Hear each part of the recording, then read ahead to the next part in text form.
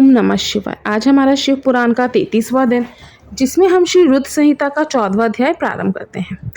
14वां अध्याय, दक्ष की 60 कन्याओं का विवाह। ब्रह्मा जी बोले, हे मुनिराज, दक्ष के इस रूप को जानकर मैं उसके पास गया। मैंने उसे शांत करने का बहुत प्रयत्न किया और संतापना दी। मैंने उसे तुम्हारा परिचय दिया। दक्ष को मैंने यह जानकारी भी दी कि तुम मेरे पुत्र हो, तुम मुनि में श्रेष्ठ और देवताओं के प्रिय हो। तत्पश्चात प्रजापति दक्ष ने अपनी पत्नी से 60 सुंदर कन्याएं प्राप्त की। तब उनका धर्म आदि के साथ विवाह कर दिया। दक्ष ने अपनी 10 कन्याओं का विवाह धर्म से, 13 कन्याओं का ब्याह कश्यप मुनि से और 27 कन्याओं का विवाह चंद्रमा से कर दिया। 2 भूतागिरस और कृशाश्व को और शेष 4 कन्याओं का विवाह ताक्षर्य के साथ कर दिया। इन सब की संतानों से तीनों लोग भर गए। पुत्र पुत्रियों की उत्पत्ति के पश्चात प्रजापति दक्ष ने अपनी पत्नी सहित देवी जगदम्बिका का ध्यान किया। देवी की बहुत स्तुति की। प्रजापति दक्ष की सपनी स्तुति से देवी जगदम्बिका ने प्रसन्न होकर दक्ष की पत्नी के गर्भ से जन्म लेने का निश्चय किया। उत्तम मुहूर्त देखकर दक्ष पत्नी ने गर्भ धारण किया। उस समय उनकी शोभा बढ़ गई। भगवती के निवास के प्रभाव से दक्ष पत्नी महामंगल रूपिणी हो गई। देवी को गर्भ में जानकर सभी देवी देवताओं ने जगदम्बा की स्तुति की। 9 महीने बीत जाने पर शुभ मुहूर्त में देवी भगवती का जन्म हुआ। उनका मुख दिव्य आभा से सुशोभित था। उनके जन्म के समय आकाश से फूलों की वर्षा होने लगी और मेघ जल बरसने लगे। देवता आकाश में खड़े मांगलिक ध्वनि करने लगे। यज्ञ की बुझी हुई अग्नि पुनः जलने लगी। साक्षात जगदम्बा को प्रकट हुए देखकर दक्ष ने भक्ति भाव से उनकी स्तुति की। स्तुति सुनकर देवी प्रसन्न होकर बोली, हे प्रजापति, तुम्हारी तपस्या से प्रसन्न होकर मैंने तुम्हारे घर में पुत्री के रूप में जन्म लेने का जो वर दिया था वह आज पूर्ण हो गया है। यह कहकर उन्होंने पुनः शिशु रूप धारण कर लिया तथा रोने लगी। उनका रोना सुनकर दासियां उन्हें चुप कराने हेतु वहां एकत्रित हो गई। जन्मोत्सव में गीत और अनेक वाद्य यंत्र बजने लगे। दक्ष ने वैदिक रीति से अनुष्ठान किया और ब्राह्मणों को दान दिया। उन्होंने अपनी पुत्री का नाम उमा रखा। देवी उमा का पालन बहुत अच्छे तरीके से किया जा रहा था। वह बालकपन में बहुत सी लीलाएं करती थी। देवी उमा इस प्रकार बढ़ने लगी जैसे शुक्ल पक्ष में चंद्रमा की कला बढ़ती है। जब भी वे अपनी सखियों के साथ बैठती, वे भगवान शिव की मूर्ति को ही चित्रित करती थी। वे सदा प्रभु शिव के भजन गाती थी, उन्हीं का स्मरण करती और भगवान शिव की भक्ति में ही लीन रहती थी। ओम नमः शिवाय। 15वां अध्याय, सती की तपस्या। ब्रह्मा जी बोले, हे नारद, एक दिन मैं तुम्हें लेकर प्रजापति दक्ष के घर पहुंचा। वहां मैंने देवी सती को उनके पिता के पास बैठे देखा। मुझे देखकर दक्ष ने आसन से उठकर मुझे नमस्कार किया। तत्पश्चात सती ने भी प्रसन्नतापूर्वक मुझे नमस्कार किया। हम दोनों वहां आसन पर बैठ गए।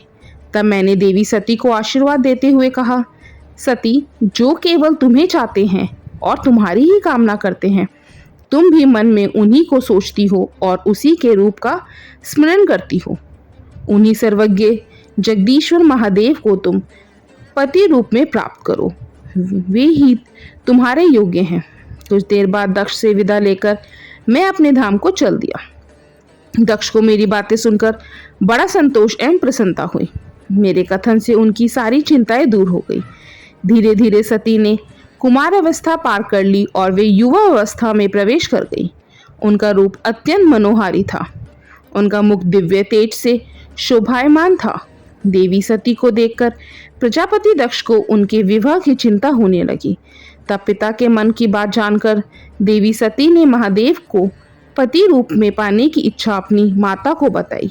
उन्होंने अपनी माता से भगवान शंकर को प्रसन्न करने के लिए तपस्या करने की आज्ञा मांगी। उनकी माता ने आज्ञा देकर घर पर ही उनकी आराधना आरंभ करा दी। आश्विन मास में नंदा अर्थात प्रतिपदा, षष्ठी और एकादशी तिथियों में उन्होंने भक्ति पूर्वक भगवान शिव का पूजन कर उन्हें गुड़, भात और नमक का भोग लगाया, वे नमस्कार किया। इसी प्रकार 1 मास बीत गया।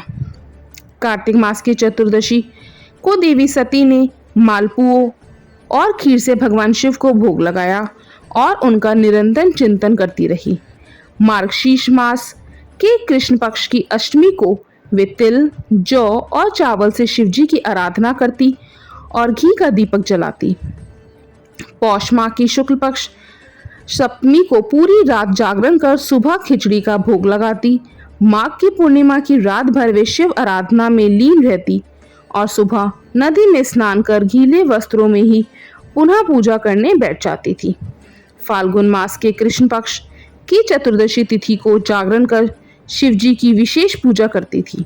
उनका सारा समय शिवजी को समर्पित था। वे अपने दिन रात शिवजी के स्मरण में ही बिताती थी। चैत्र मास के शुक्ल पक्ष की चतुर्दशी को वे ढाक के फूलों और दवनों से भगवान की पूजा करती थी। वैशाख माह में वे सिर्फ तिलों को खाती थी। वे नए जौ के भात से शिव पूजन करती थी। ज्येष्ठ माह में वे भूखी रहती और वस्त्रों तथा भटकटिया के फूलों से शिव पूजन करती थी। आषाढ़ मास के शुक्ल पक्ष की चतुर्दशी को वे काले वस्त्रों और भटकिया से रुद्रदेव का पूजन करती थी। श्रावण मास में यज्ञोपवीत वस्त्रों तथा कुश आदि से वे पूजन करती थी। भाद्रपद मास में विभिन्न फूलों व फलों से वे शिव को प्रसन्न करने की कोशिश करती। वे सिर्फ जल ही ग्रहण करती थी। देवी सती हर समय भगवान शिव की आराधना में ही लीन रहती थी। इस प्रकार उन्होंने दृढ़ता पूर्वक नंदा व्रत को पूरा किया। व्रत पूरा करने के पश्चात वे शिवजी का ध्यान करने लगी। वे निश्चित आसन में स्थित हो निरंतर शिव आराधना करती रही। हे नारद, देवी सती की इस अनन्य भक्ति और तपस्या को अपनी आंखों से देखने मैं, विष्णु तथा अन्य सभी देवी देवता और ऋषि मुनि वहां गए। वहां सभी ने देवी सती को भक्ति पूर्वक नमस्कार किया और उनके सामने मस्तक झुकाए। सभी देवी देवताओं ने उनकी तपस्या को सराहा। तब सभी देवी देवता और ऋषि मुनि मेरे यानी ब्रह्मा और विष्णु सहित कैलाश पर्वत पर पहुंचे। वहां भगवान शिव ध्यानमग्न थे। हमने उनके निकट जाकर दोनों हाथ जोड़कर उन्हें प्रणाम किया तथा उनकी स्तुति आरंभ कर दी। हमने कहा, प्रभु, आप परम शक्तिशाली हैं। आप ही सत, रज और तप आदि शक्तियों के स्वामी हैं। वेदत्रयी, लोकत्रयी आपका स्वरूप है। आप अपनी शरण में आए भक्तों की सदैव रक्षा करते हैं। आप सदैव भक्तों का उद्धार करते हैं। हे महादेव, हे महेश्वर, हम आपको नमस्कार करते हैं। आपकी महिमा जान पाना कठिन ही नहीं असंभव है। हम आपके सामने अपना मस्तक झुकाते हैं। ब्रह्मा जी बोले, नारद, इस प्रकार भगवान शिव शंकर की स्तुति करके सभी देवी देवता मस्तक झुकाकर शिवजी के सामने चुपचाप खड़े हो गए।